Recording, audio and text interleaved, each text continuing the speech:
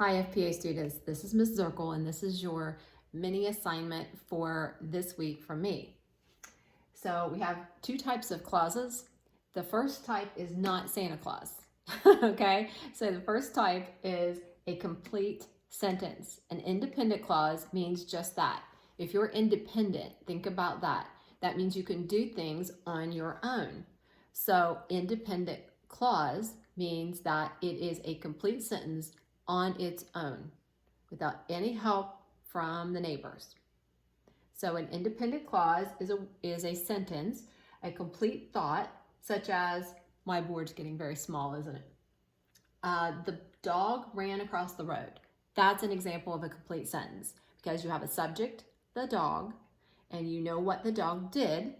The dog ran across the road. So it has a verb, which is usually an action word. At least often it's an action word. And in this case, it's ran. So you have the dog, the subject, and what did he do? He ran across the road. It's a complete sentence. It's an independent clause. We don't need anything else to help that be a complete thought.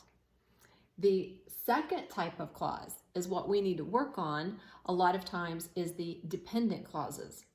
A dependent clause means that it needs help. Think of it like a child.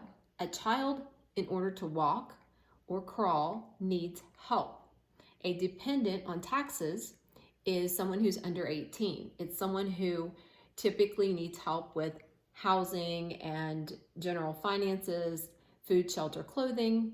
Okay, that's a dependent.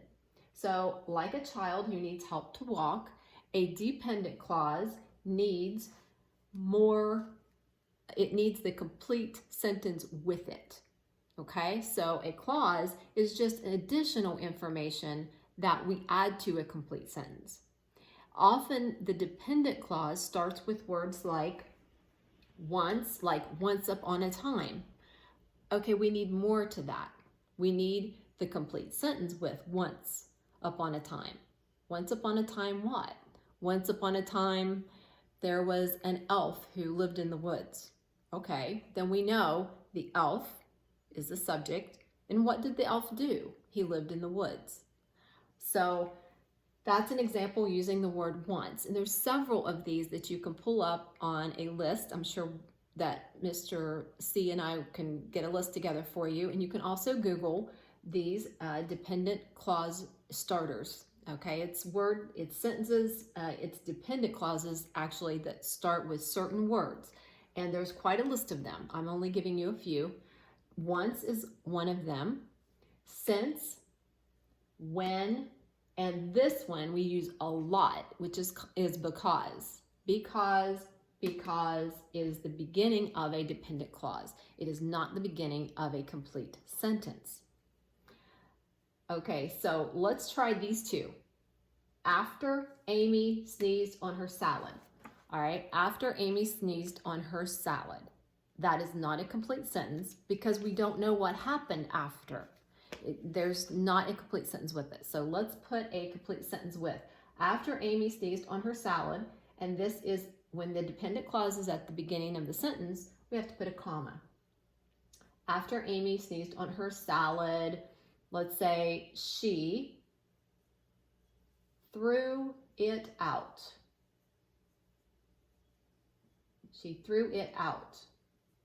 Okay, after Amy sneezed on her salad, she threw it out. Now, to test this to see if we're right, then let's look at the part after the comma over here. She is the subject because it's a pronoun taking the place of Amy's name. So she is the subject. What did she do? She threw it out. That does show action. Threw is the verb there. And so we do have a complete sentence. That's what we had to have to help that dependent clause. Okay, let's try one more. Mr. C is going to like this one. Until Mr. Calestro drinks his first cup of coffee, until he drinks his first cup of coffee, comma. Thank you. Some of you guys already were like, where's the comma? Because it's at the beginning of the sentence. It's a dependent clause. We don't know what happens until he drinks his first cup of coffee. what can't happen until then? Until then, we can use he, like we used she there.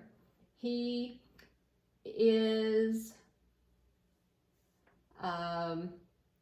unable to, do we want to say think? Do we want to do that to him? I don't know. He is unable to open his eyes. He's unable to function. That's pretty general. Let's do that. Okay, he is unable to function. All right, we all know what that means. Hard to walk, hard to think, all of it. You're a mess, okay? We could have said that. We could have said, until Mr. Cluster drinks his first cup of coffee, comma, he is a mess. Okay, so he is your subject right there. And what about he? Well, is your linking verb, so it's still a verb. It's not an action verb, but it is a verb. He is unable to function. He is unable to function is a complete sentence. Or you could say, he is a mess. That's a complete sentence too.